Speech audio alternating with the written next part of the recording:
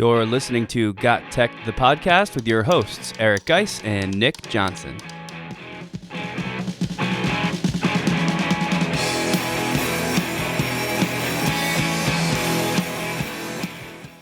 Welcome back to GotTechED the Podcast. This is episode 84 called Integrating Media and Video Journalism into the Classroom. In this episode, we'll be sitting down with Clement Townsend to talk about ways that educators can use EdTech to master storytelling with videos like a pro. This is another episode you really don't want to miss. Check it out.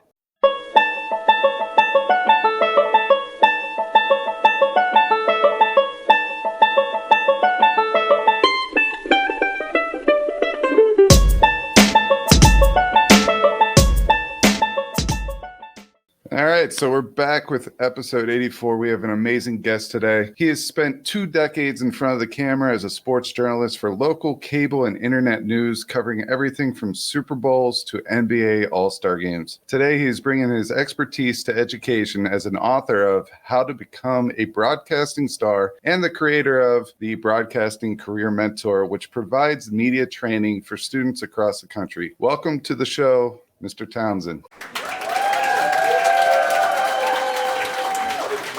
Guys, I appreciate you for having me on. Thanks so much. Yeah, we're super excited to have Clement here today. I think it's going to be an awesome episode. What he does is so different from what we do, but also as we're starting to figure out so much the same. So I think this is going to be great. And because Geis and I are so excited about this particular interview, we decided to change up our whole format. So typically on shows where we interview a guest, we end the episode with something called the GotTechED Hotseat, which is sort of like a rapid fire Q&A with that guest to sort of get their raw, natural first thought that pops into their head opinion on a series of questions. Today, we're going to flip that on its head and instead start the episode with the hot seat. So for Clement, since this is your first time on the show, and for any listeners who have not heard the hot seat before, the way it works is Geis has put together a series of questions. Clement has not seen these questions before, so how he answers them, like I said, it's the first thought that pops into his head. Geis is going to do these as fast as he possibly can, which if you've heard Geis speak before is about the pace of an average person because he does talk pretty slow. So Clement, you got a little bit of a benefit there. And you just answer them. Now the responses are supposed to be relatively brief. And then as you answer, I will be listening. And based on those things, I'll sort of ask you to follow up. And in this way, hopefully we can get to know you a little bit. So I guess I'll just check to make sure. Clement, does that all make sense? Do you understand the GotTechED hot seat? Absolutely. You put me on a hot seat from the beginning. Wow. What a way to get started. Yes. This is kind of like Sports Center-y a little bit. Putting them on the hot seat. And, I love sports, and I know from you, you have a good, strong history in sports as well. All right. So here we go. Nick, I'm going to try to get them a little faster this time. We'll see. Here we go. What is the most memorable education experience? Winning the spelling bee in the 6th grade. Love it. Name a teacher or educator that impacted you the most. My mom. She was a teacher. What is the most interesting moment from sports broadcasting? Interesting or exciting, I put the Kick 6 game. I was there when Auburn beat Alabama. Chris Davis, the run back. I think it's the best college football game in history. What are 3 EdTech tools, apps, programs that you use in everyday life? WeVideo, Canva, QPrompter.com. What is your favorite quote? Favorite quote? Life is to be lived from the inside out. I haven't heard that one. Yeah. That's nice. What is the best kept secret? I graduated high school at 16. I guess that's a secret. That's impressive. Thank you. Okay. Yeah, that's cool. That's awesome. That's how you can tell we got a broadcasting pro here with us today, everybody. I mean, that was spot on, super fast. But there's a ton of these responses I could ask you about. I'm going to actually go back to your very first one. You said your most memorable education experience was a spelling bee.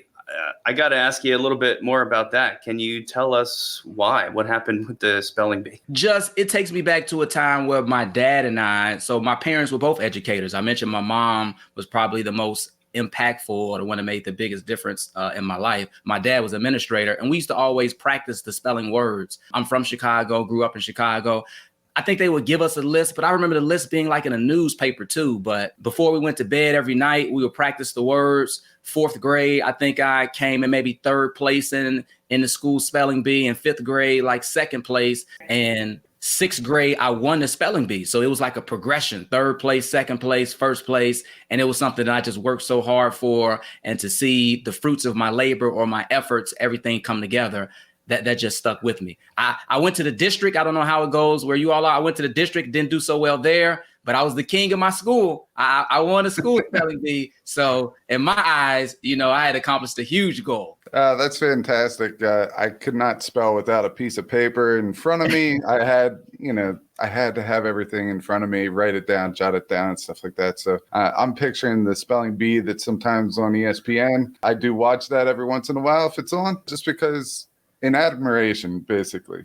Seeing someone do something so well that that's not your wheelhouse. I just have great admiration for them, because the will to win is nothing. The will to prepare means everything. And that's something that I definitely go by with my sports team. So I do appreciate that part of it. So those spellers are the cream of the crop. I mean, I feel like I can spell okay, but when I look at the words that they spell and I'm an adult and they're students, it blows me away. Absolutely.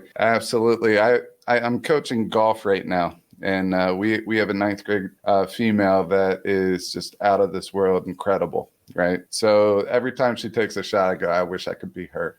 All right. So I got to ask, probably maybe the most interesting thing that we've heard so far is your broadcasting background. In particular, you said you were at what you consider the best college football game of all time, Auburn beating Alabama. Were you there as a broadcaster? Were you spectating? Yep. What was that like? No, I was there as a broadcaster. So it's 2013. The Iron Bowl, for those who are college football fans, is huge. Some people say that's the biggest rivalry. I'm sure Ohio State, Michigan fans would beg to differ. But Alabama versus Auburn, and, without just going into it, certainly it seemed like Alabama had the game won, and it was on the plains in Auburn. And yeah, I was there. I was on the sidelines. So as a broadcaster, some people stay on the sidelines. Other members of the media are in the press box. But everybody in the media goes to the sidelines the last 5 minutes of the game, because once the game is over, you go on the field to do interviews. You do some interviews in the locker room, but it's a lot more exciting when you do interviews on the field. So you thought the game was over. I'm already thinking about what Alabama players I'm going to get. And then Alabama kicks a field goal. And then the gentleman, Chris Davis, runs it back 100 yards, something like you just don't see every day. The crowd is in awe, astonishment. I'm trying to figure out what's going on. Certainly now, who do I interview? Because I'd already planned on interviewing Alabama players. Then not to mention the crowd stormed the field. So, certainly you all sports fans, you've seen it before, but to be on the field and get stuck because the fans stormed the field. I'm trying to do interviews and now get to the locker room. And I'm talking about, you couldn't move. It's so many fans storming the field. They're coming down. I'm trying to get off. It was absolutely crazy. Wow. So I got to ask, this is problem solving in its best. That's what it is. You got put into a situation that immediately changed, and then you have to punt and do something totally different. You see what I did there? That was good. Absolutely. So do you have a series of steps that allows you to prepare for moments like that, to problem solve? This is a big skill in education, and students have to craft the way that they problem solve. Do you have a method behind that? I don't have a series of steps in that instance. Certainly, as being a journalist, a lot of things change, and to have the ability to think quickly on your feet, I think that's something that just comes from being in those situations. So I don't have a series of steps, but in the field, whether I'm at a game or just covering an event or whatever the case may be, like, things change on the fly. Who you thought was going to win, just like in this instance, might not win, and storylines change so fast. So, but that's just part of being a journalist, and something that they always talk about the best journalists do. They're able to, pivot and think quickly on their feet. But to answer your question, I don't necessarily have a series of steps. It's just kind of evaluating the situation as it happens and just making snap decisions based on the information that you have. So I've always wondered in those scenarios when the interviewer goes up onto the field or the court after a game, like you said, it's all happening so quick. When you were doing this, do you have like certain questions in your head ready to go that you can sort of tailor to fit any scenario? So no matter what happens, even if there is, a sudden change in the winner or who you're talking to, you can very easily apply those questions to almost any situation. Absolutely. So the easy way is and I can just speak for sports reporters or journalists, you're following the flow of the game. You all talk about narratives quite a bit, and narratives and teaching. You're following the flow of the game. So what happened in the first quarter? Team A jumped out to a big lead. And if they go on to blow the team out, well, it's easy. Hey, team A, you jumped out to a big lead. You kept your foot on the gas. You didn't let them back in the game. How were you all able to do that? And you continue on, what was the first half like, third quarter? The easiest way is, if something happens that changes at the end of the game, well, then you just blow everything out that happened in the first and second quarter, because none of that stuff is relevant. So if a team B makes a big comeback, baseball, football, basketball, man, you all were down 15. You all were down 2 touchdowns. What got you all fired up? What changed? So it's just asking the most recent and most pertinent information, and you blow the rest of it out. And that's typically the way I go about it, that allows you to pivot, because that's what happened recently. That's what everybody wants to know. So you just ask that sort of thing. It's awesome. I find that stuff super fascinating. And those skills, a lot of the times, that's what we all try to impart to students as well, and sort of letting them know that this is a process. Like, nobody walks out with that kind of stuff built in, and you may feel like you're going to stumble over your words, but over time you kind of build that comfortability. So I'm glad we got to mention that in reference to sports broadcasting, but really that applies anywhere. Even if you're sitting down like we're doing with you today in a typical podcast, you still have to pivot and sort of make those sudden decisions. So that's super cool. 2 more things, I think, to wrap this up. We are, of course, an EdTech show. So I feel like I have to go back to, you mentioned some EdTech tools. I know WeVideo and Canva were at least 2 of them. Just what do you like about those? I mean, obviously those are some of my favorites too. Canva in particular, I use, now it's like every single day. Teleprompter, I believe, was the other one. What do you like about these things for teachers and for students in particular? Certainly when it comes to making graphics and things of that nature, Canva, you just can't beat it. You all talk about it quite a bit. They have a free version and a paid version just for any type of pictures that you need, flyers, whatever the case may be. You can pretty much find it there on Canva. So when it comes to WeVideo, actually, I start off as an Adobe guy. So when it comes to editing in the broadcasting profession, for the most part, it's Final Cut Pro and it's Adobe. And a lot of times at the television stations, I learn and use Adobe Premiere Pro. So I actually started as an Adobe Premiere Pro type person. But when it comes to education, WeVideo just came out with something that works so well with Chromebooks. And Adobe Premiere Pro doesn't really, you can't use, I take that, I won't even say it doesn't really work well. It's too powerful to work with a Chromebook, whereas WeVideo is kind of like internet-based or cloud-based, so to speak. So you can put the program on there. This is GotTechED, so we can talk about it. The system and the RAM and the memory that Adobe Premiere Pro uses, you can't run that on a Chromebook. So I had to find a way. What do students have access to that will make it, more accessible and things of that nature? And certainly WeVideo fits the bill. And then for me, so I came from a journalism background. Most times when I'm doing stories, I'm shooting things. I'm going out with a station camera, or even now, a lot of times I try to get students to shoot things with their cell phone, but that might not always be possible. And then with WeVideo, as you all already know, and maybe your listeners do or don't, they have such a robust image gallery and video gallery. So if you did not shoot anything, you can still complete and finish a story. They have music, everything is built in. So I transitioned from Adobe Premiere Pro. They won me over with all the tools and all the features that they have over to WeVideo. And then the last one was QPrompter.com, I believe it is. QPrompter.com. And that allows you to turn your laptop into a teleprompter. So before COVID, I would always go into schools with my own teleprompter. I never learned how to read from a teleprompter until I was in college. So I was always giving middle school students, high school students, the opportunity to write stories, upload to Google Drive, and they would read from a teleprompter, and they felt like they were super professional. We would mic them up and everything like that. But students don't have a teleprompter at home. But QPrompter.com allows you to turn your laptop into a teleprompter. So if you're doing something video-based and you're reading something and you can't memorize it all, it allows students to be more comfortable and confident with what they're reading, because they can read it off the screen just like a teleprompter. And guys, it's free too. I know you all like the free part, and a lot of educators do as well. I do love that 4-letter F word right there. That's for sure. That's awesome. And I don't know that we've brought up qprompter.com before. So that's great. Put a pin in that, everybody, as a brand new EdTech tool featured on the show here today. And then lastly, you said your best kept secret was graduating at 16. I hope you don't mind. I got to ask, man, how do you even do that? So certainly I mentioned my parents were educators. Education in school was very important in my household. I was lucky enough to go to a school in 7th and 8th grade that allowed you to earn high school credits. So by the time you got to your junior or senior year, you had enough credits to graduate early.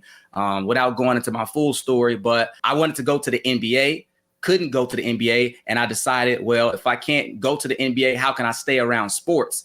And so when I was in high school, I figured out, well, maybe I can talk about sports. So it got to a point whereas I knew what I wanted to do in my career and I had enough credits to graduate early. So I talked about it with my parents, really thought it over, prayed about it, and was like, well, if I already would know what I want to do and I have enough credits, like, why am I staying here? So I graduated a year early based on having enough credits, knowing what I wanted to do. Went on to be on television for 17 years, and the rest is history. That is absolutely awesome. I love that story. I mean, you seem like you were way more mature than I ever was through those years.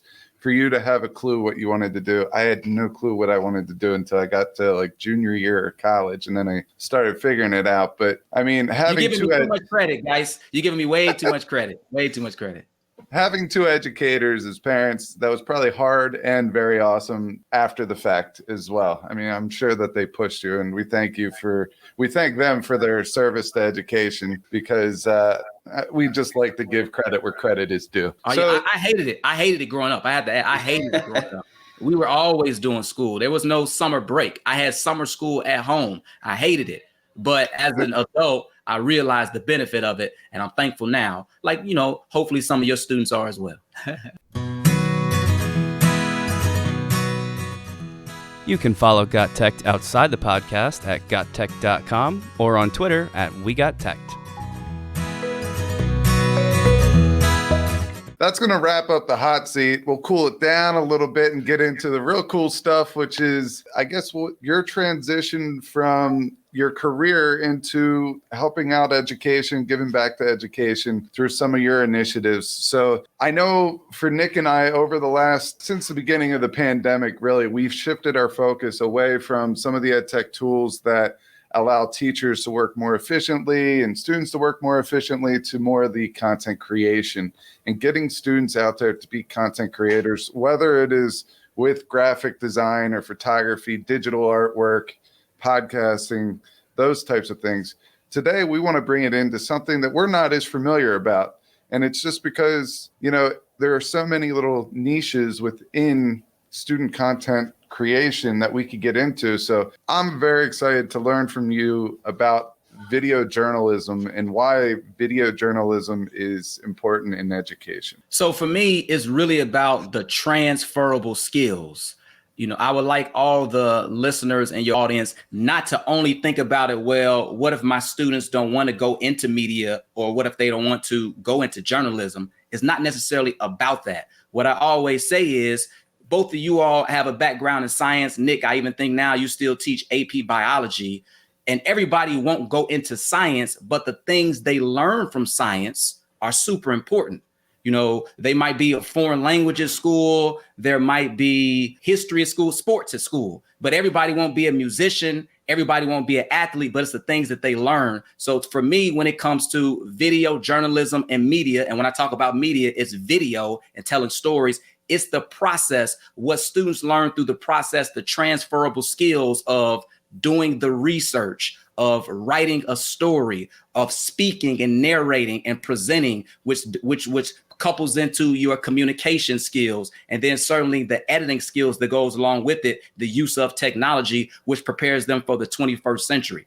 Pretty much every career field, it helps to have some working knowledge of videos. If you want to open up a restaurant, it helps to be able to know how to showcase your food and things of that nature to get more customers in by creating videos. If you want to be in real estate, a real estate agent showing off the homes that are your listings, or if you flip houses, showing off the homes that you rehabbed. I mean, I can go on and on. If you want to open up a barbershop or you're a hairstylist, to show people your work. So it crosses every single career field, finance, politics, fashion, the ones that I named. Is super important for whatever a student wants to do to learn these transferable skills. And the last example that I would give, just in terms of getting into college, I've spoken with a lot of students, and there are some colleges, and especially now during the pandemic, you know, back in the day, it used to be you might write an essay to get into a college, but some colleges now just submit a video about yourself and who you are. So for students who are already comfortable, you know, doing videos, and that's like second nature, that would be nothing for them. And submitting a video would be something that is very easy. So many applications,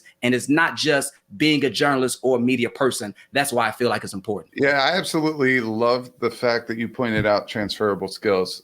Our job as educators is to get students ready for the next level, whether that's college or whether it's the work field. And if we can't give them glimpses of those opportunities, then we're not doing our job as educators. And I think transferable skills is basically the reason why we need to give them these experiences. So let's take this a step further. How do we get teachers to teach students about these transferable skills? What is the best way of going about and doing that? Is it trial by error? Is it, you know, laying out a plan? Is it allow students to come up with their own plan? What do you suggest? So certainly, you know, I try to shorten the learning curve for teachers. You all seem to be, and I really look at you all as people that will try different things and figure things out. And I believe you all lean on your PLN. But what about the teachers that don't necessarily have a strong PLN, or, you know, don't necessarily have the time to devote to trying to figure some things out, or just aren't tech savvy? There are just some teachers who aren't tech savvy. So certainly I do work with teachers and have an online course that takes them step by step through the process of, as I mentioned, doing the research for a story and writing the story and potentially interviewing people if you want to go that far, and also editing the story. So it's one thing to say, okay, let's bring video to the classroom. We've talked about sports. You could say, okay, just go shoot jump shots. So yes, some teachers could piece things together. And I know a lot of teachers piece things together off YouTube, but it's another thing to have someone who actually shows you the ropes. If Steph Curry had videos on shooting, I think that's better than just watching videos on YouTube on shooting. So certainly I have something, videojournalismpro.com, www.videojournalismpro.com, that helps teachers in that regard. And just really trying to hopefully, and I think your audience is like that, not the teacher, not limiting what the students can learn based on their own knowledge, so to speak. Being okay with potentially learning along with the students, because certainly the teacher might not know everything about editing and things of that nature. But the great thing about youth and students are, once you show them some things, they can go ahead and figure a lot of things out because they have grown up in technology. So I appreciate you all. For the people that are maybe looking at this on video, www.videojournalismpro.com.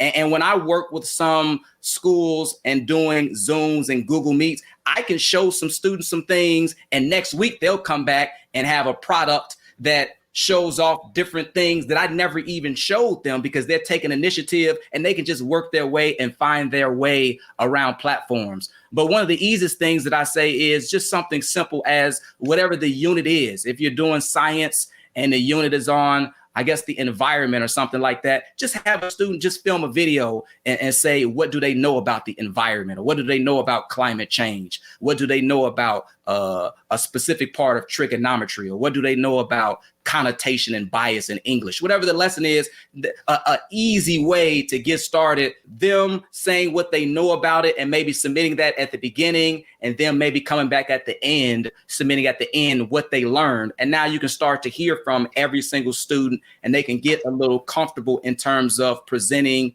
you know, public speaking on camera. And it's something that won't be too over the top, maybe for the student or a teacher. teacher who is kind of really just trying to dip their toe into this pool as it pertains to video.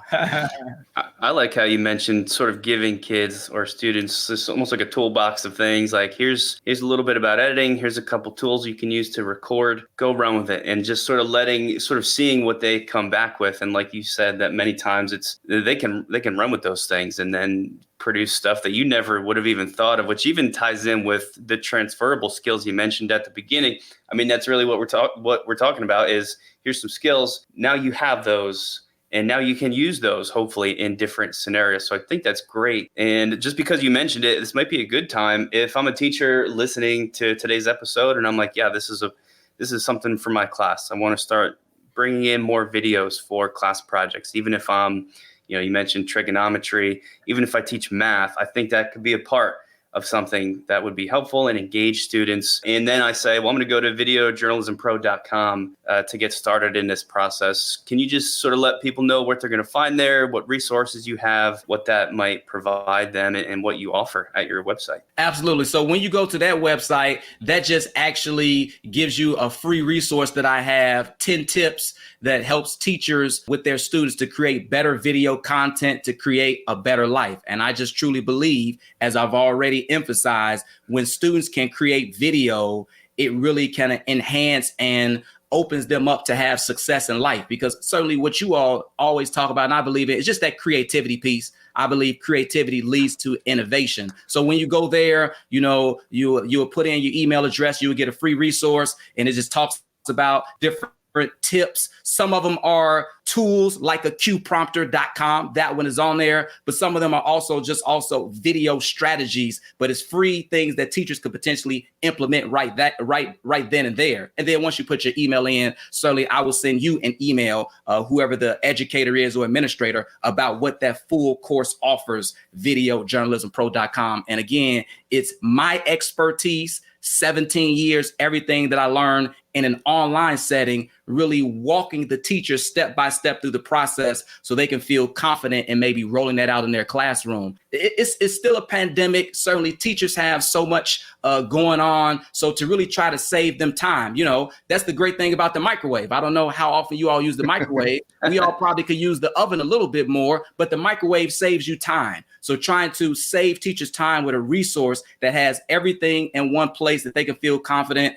They don't have to go to YouTube, learn it, figure out lessons, how to teach it, all that is kind of built in. So that's what they will find there. See, that was going to be one of my questions, was the timepiece. I know growing up in an educator's household, you probably heard the issue of time. We don't have time, or how can we create more time, or what can we sacrifice here? And really what I'm hearing throughout this whole conversation is, video presents different ways for students to present the same information, just in a different way. Maybe something that is more interesting to them. You can provide them with choice. If they want to write the essay, or do this. And they're getting the same takeaways of information. They still have to do research and all that. The other thing with time is your course. Your course is amazing for a summer PD, and we're coming up on summer. We're almost there.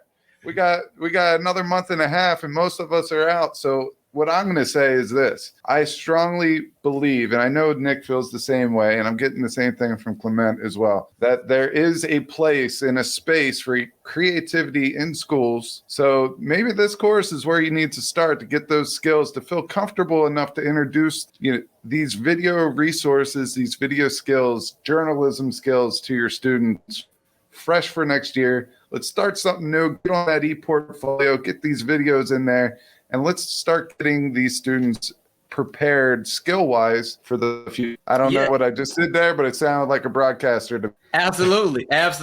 And just to expand on that, I hope a lot of educators, and I believe you all are aligned with this as well, in terms of meeting students where they are. So I have a third grader. I believe you all, deal in the high school space. But regardless, whether it's high school or middle school or elementary, like students are watching video pretty much every single day.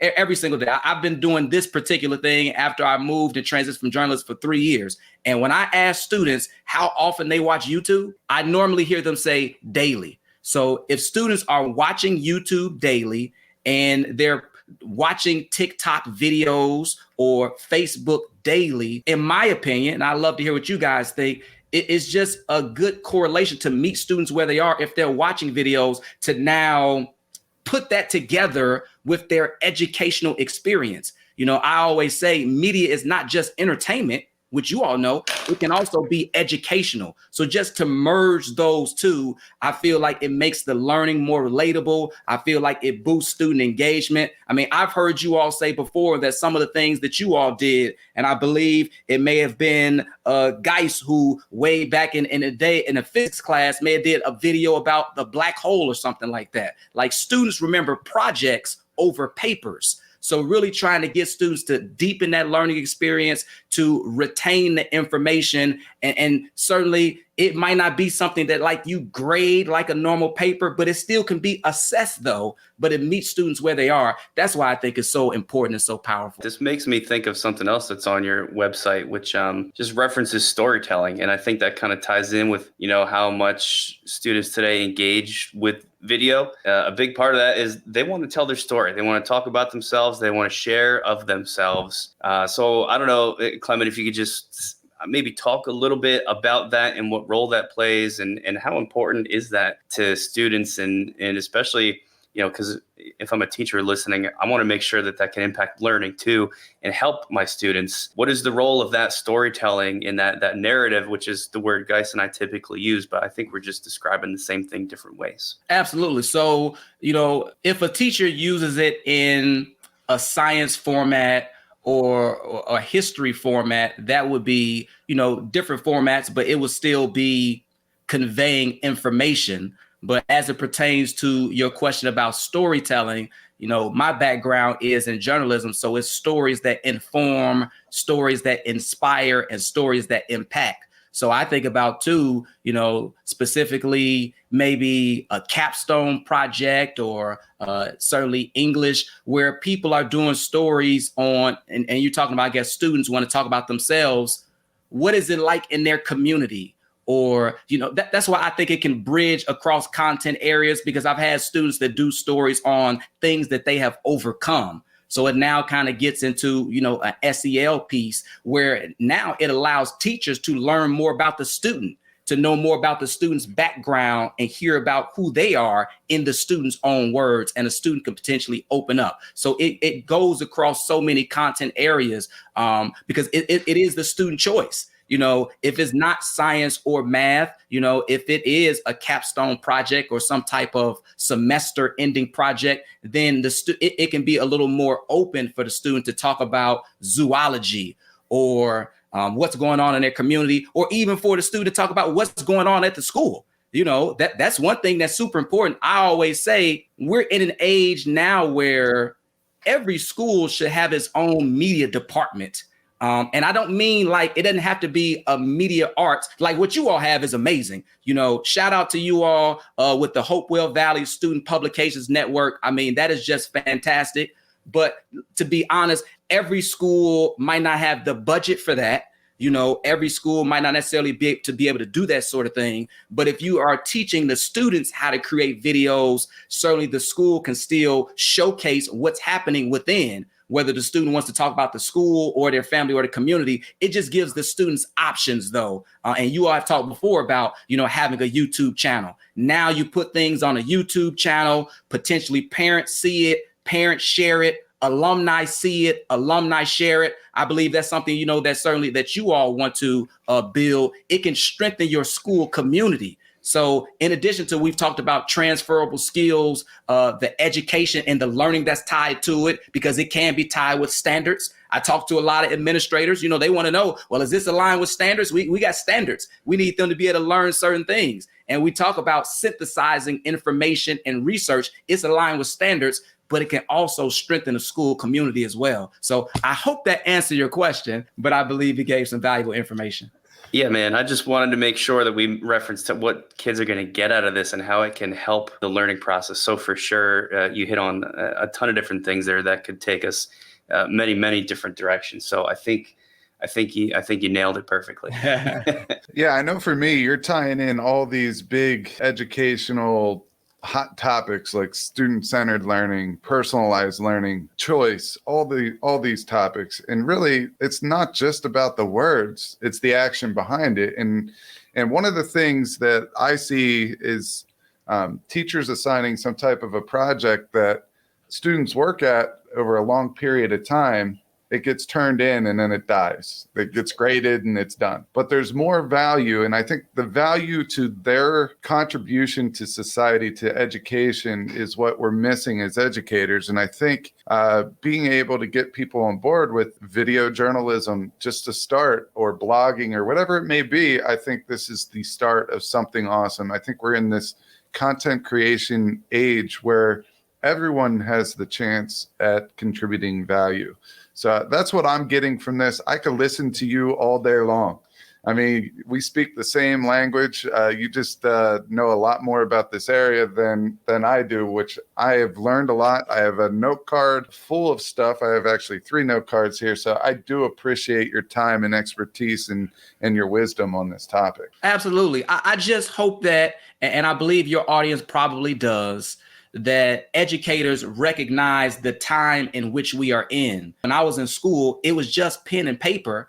And maybe if your school had a video camera, it was something that was big and bulky. And if somebody did a video, what would it be on like VHS, that sort of thing, but you couldn't really share it or show it. And then like there was no editing programs that you can use in school. But now because of technology, you can distribute, and the barriers have now been brought down. If most kids have a phone, you can now film on your phone or edit on your phone, because my program, I talk about WeVideo, and I did say I was an Adobe guy, but in my program, I do go over Adobe Rush, and Adobe Rush is the cell phone app of Adobe Premiere Pro. And a lot of students already know how to use iMovie, but because you can edit on your phone, you have a device where you can film with, on your phone, and then you have the internet. Like, it's no reason why creation and videos and stories shouldn't be in school. The technology wasn't what it was 20 years ago, but because technology has evolved and society has evolved, I just certainly hope that the way we try to teach, or some of the methods that educators use to still educate students and still, help them to learn these important skills, I hope those methods evolve. And I'm trying to bridge that gap with some people who might not necessarily be as tech savvy as you guys. I know you guys go to a ton of workshops, seminars, conferences, and you all do a fantastic job of sharing information, with your audience. But for people who might need a little more help, and somebody will say, hey, is there a video on this? I'm just trying to bridge that gap to get everybody in the same direction in which you all are well on down the road. Yeah, well, I like how you mentioned like all these tools today. It's so exciting because for free, really, you can create with something like WeVideo just super professional looking stuff as compared to when we were in school. You'd be lucky if there was any way to record yourself at all outside of like maybe the school's TV studio. So it's just an exciting time to be a teacher, that we can bring this stuff to students and teach them these transferable skills, and and hopefully help them remember content better too as they learn more, and just prepare them for anything in their lives. And it does sound to me like we're kind of winding down here. So Clement, I'll just ask you, is there anything else you want to tell people about? Anything else you want to add to this episode? No, I think we pretty much covered it all. I enjoy the opportunity to talk about broadcasting. Like, certainly a lot of times, when I do interviews, it's specifically or focused more on education, but the hot seat and talking about the kick six and some of the things we talked about at the very beginning were super cool. But no, just appreciate you all for having me on. Would love to connect, with any teachers to see how I can help them. Certainly, the world has opened up because of the pandemic. We've all had to use technology and things of that nature. Prior to the pandemic, me maybe connecting with you all via a Zoom, Google Meet, or a StreamYard wouldn't have been possible. But now to be able to have a reach to help teachers to then in turn help students nationwide, that's fantastic. All right. So yeah, stay tuned for Clement's contact information. I'll have that right at the end.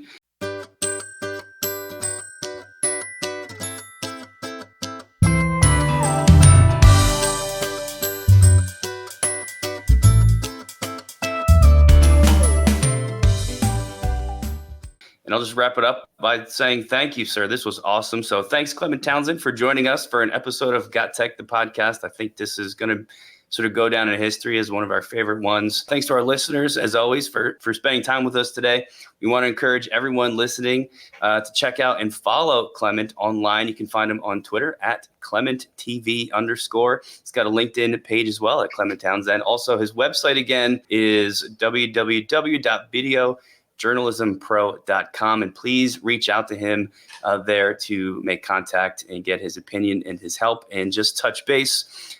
For our listeners, you can subscribe to GotTech the Podcast at any place you listen to podcasts, as well as writing those reviews, subscribing, all super helpful. Most importantly, just tell your friends about us. And thanks for listening.